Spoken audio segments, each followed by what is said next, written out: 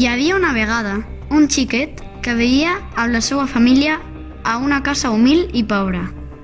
Es deia Ahmed i tenia 11 anys. Al ser tan pobres, Ahmed es veia obligat a treballar dur cada dia per poder sobreviure. Un dia, el seu pare li va dir que anara a pescar per poder sopar aquella nit.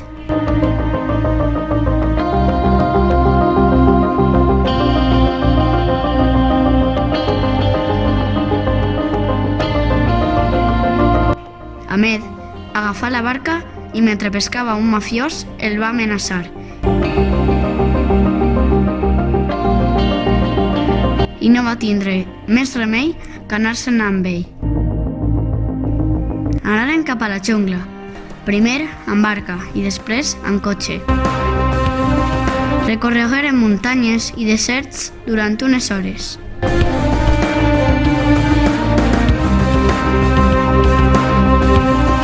Arribaren a una vella fàbrica tèxtil. Ahmed estava atemorit.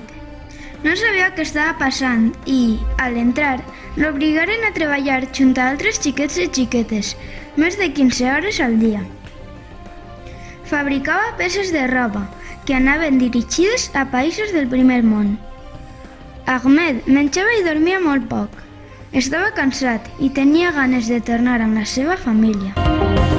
Passats uns dies, escoltà el soroll d'un camió que s'apropà a la fàbrica. Era un camió de policia que havia descobert la fàbrica clandestina i anava a rescatar-los. Del camió baixa un policia i, amb valentia, aconseguí desfer-se del cap dels mafiosos i recollir a tots els xiquets i xiquetes. Tornaren a passar per deserts i boscos fins que els portaren de nou amb la seva família. S'alegraren moltíssim de trobar-se de nou amb l'Ahmed i juraren que mai més el deixarien pescar sol.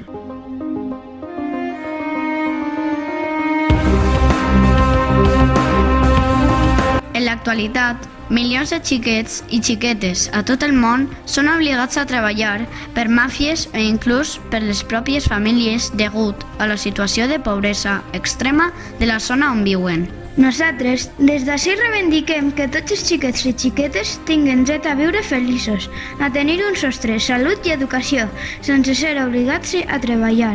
Prou esclavitud infantil!